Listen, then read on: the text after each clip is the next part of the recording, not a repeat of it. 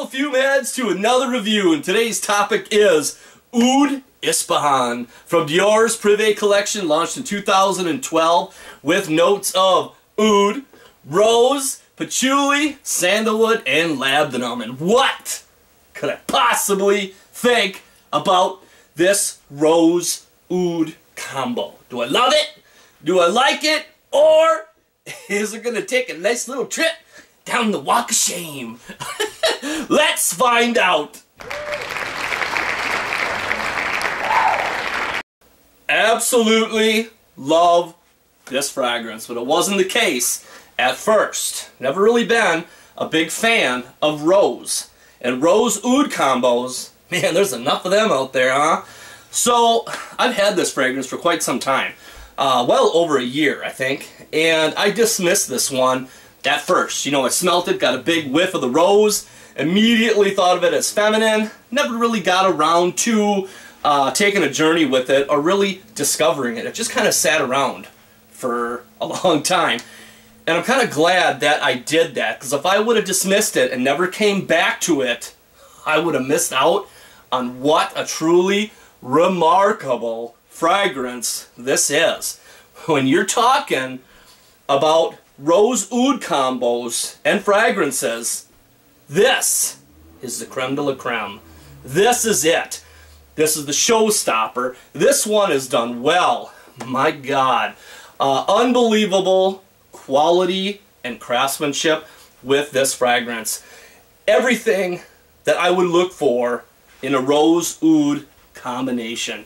So if you're not a fan of rose, yeah, this one at the top might throw you off, because she is rose heavy, loud, and proud. But for me, when I took the time to discover this one, the rose has some saving graces for me. It has a damp sweetness that helps combat the dry, powdery abrasiveness that rose can have to me, where it screams overly feminine. I guess the rose in here could come off as feminine. It did to me as well. It feels more unisex to me now, just because of how this fragrance develops. That heavy rose doesn't stay there forever. Within an hour or two, it calms down. But what quickly joins that rose is where the pure heaven begins. Man, they did this so great. If you're familiar with Dior's leather oud, man, leather oud civet in your face. That fragrance can be a bit much for people.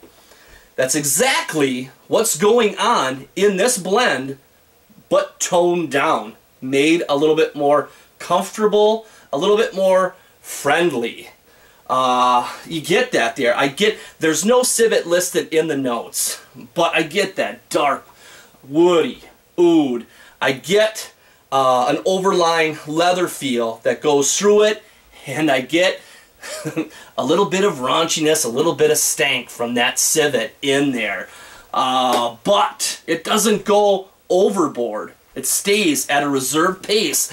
And with that rose in there, when it calms down, oh, it's just all blended evenly beautiful. The rose puts in this class, this elegance, this freshness that flows through it. It's like a true Beauty and the Beast. Right here, the story in itself, taking something so beautiful and taking that beast and toning it down and just making something, I don't know, animalic and sexy and sophisticated. It's crazy. This is how it should be done. People that make rose oud combos, take notes or just throw them away. Just buy yourself a bottle of this. This is some magnificent stuff, and I know that I was very impressed with MFK's new Oud Silk Mood, but I've only given that a couple of wearings. But this one, man, this one's the showstopper. Holy smokes! And I was kind of freaking out because I'm getting ready to do this review, so I go to look online at Dior's website, and I don't see Oud Ispahan there, and I'm like, you gotta be flipping kidding me. You gotta be flipping kidding me. I'm about to give this fragrance an awesome review, like it deserves, and it's discontinued. So I immediately get on the phone with Dior. They assure me it has not been discontinued, that it is one of their best sellers. And I can see that for good reason. Man, quality juice. Excellent stuff. Also with the development of this fragrance, we have the patchouli, the labdanum, and the sandalwood. Now they're there, but very minimally. The patchouli adding this delicate earthiness flowing through the blend. The labdanum with this soft, resinous, ambery type feel, and the sandalwood there, smoothing everything out.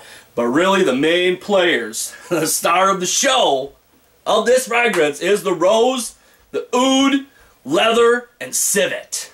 Magical. Trumpets should be blowing right now. And as far as projection and longevity, this stuff lasts clear into the next day. Yeah, and projection, this stuff I, at least, have to go easy on the trigger, because there was numerous occasions where I gassed people out at work if I got too close to them. This one is powerful. So, used in moderation, which this fragrance should be anyways. This is a fragrance that screams, you know, elegance and sophistication, and not party beast mode. That's what this fragrance is, elegance in a bottle. For those of you that want to have something different, to have a little bit of character, not be running with the rest of the pack, man. Set yourself apart with something like this, for sure. And as far as compliments, when I was gassing people out, that wasn't too good. People weren't a fan of it then. But overall, the feedback with this one was very good. People thought it was pleasing, and it is. It does have this fresh type of feel because of the rose in there. But for me, it also does have a masculine feel, and people could pick up on that with the woody aspect of this fragrance. Just mixing those two worlds beautifully.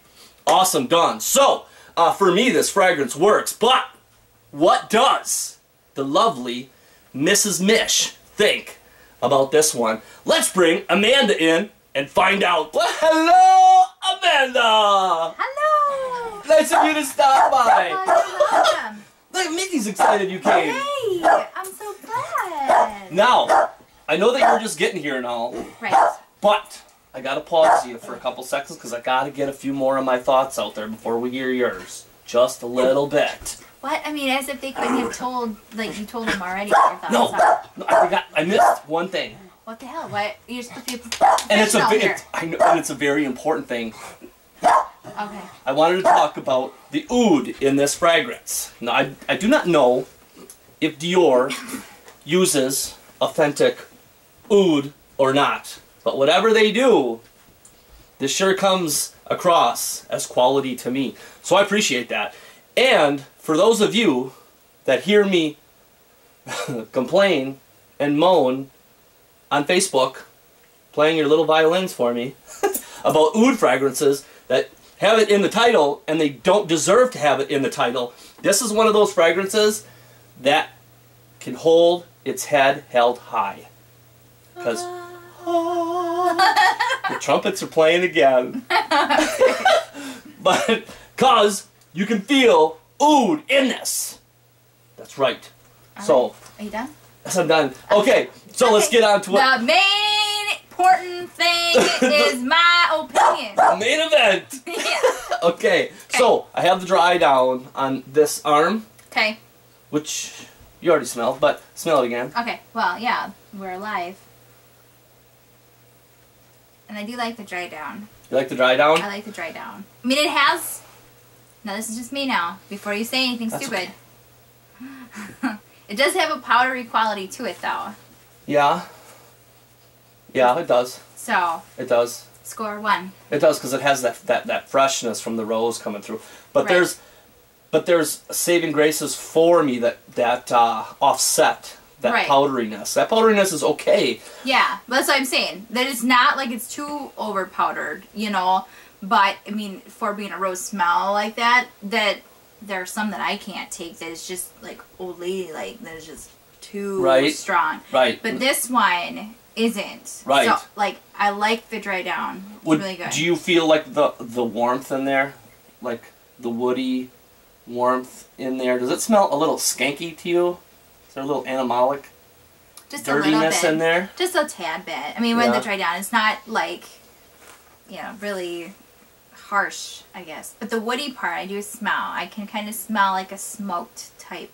Yeah. Along with that powder. Yeah. So, I mean, I like the dry down. I do. I think it's a decent dry down. Yeah. Yeah. All right, now I'm gonna spray the top. Okay. And this year, if I had to like have a competition or like vote, or I don't know, whatever, the fragrance that I've worn the most this year has been Oud Ispahan by a mile. Past couple of months I've been wearing stuff like crazy.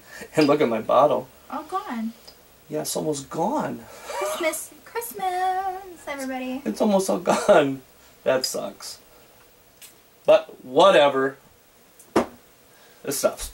Love this stuff though.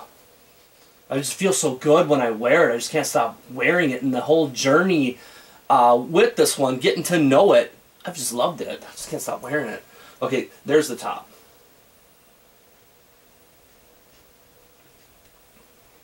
Okay, flip it this way.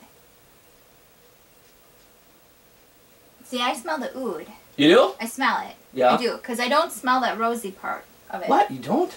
Well, not because the oud's fresh up top. Just a little bit in. Yeah. But I do smell the wood right off top. Okay, get You up. do? Yeah, that's good. That's what I enjoy about this one is that the rose for some people is off-putting at first. Yeah, yeah. It was for me at first, but I quickly realized that there's a damp sweetness about it, and the wood and the underlying Right. notes are there, interacting with that rose, God. helping it out, at least for my taste. But I remember you did smell this once before, and you didn't like the top. You said it was like too much rose. Right. But now... After, I think you've been wearing it for quite some time. You're getting used to it? Getting used to the smell. Yeah. So, for oud being by itself, that could be really skanky sometimes. Yeah. So I don't really like the smell of just by itself, but when it has that harmonious connection with something that, I don't know, the rose can be a little bit too, like you can't wear it by itself, it has to have something else, but sometimes with the rose and something else it could just clash and just make it be, not perfect together. Right. But with that and, I don't know, maybe get something like sharp with something else that is more floral. It's like the wood and then the floral just kind of just meshes better.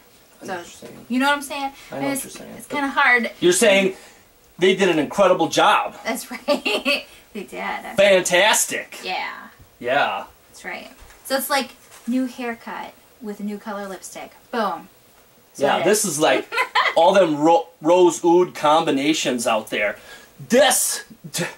All of them, if we were to compare this to shopping for a tux, all of them are going to the Men's Warehouse. Is that the tux place? Yeah. Yeah, the Men's Warehouse to pick up a tux. It's alright. It's doable, I guess. It looks nice.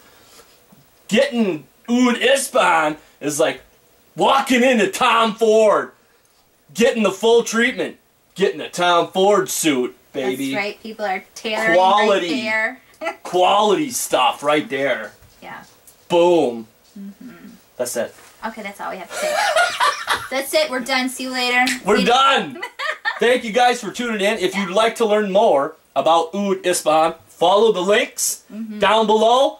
Ask me some questions in the comments section if you would like. Or, better yet, if you know this fragrance, fill us in on your thoughts. That's right. But that's it. As always, guys, take care. And we will see you later. Bye.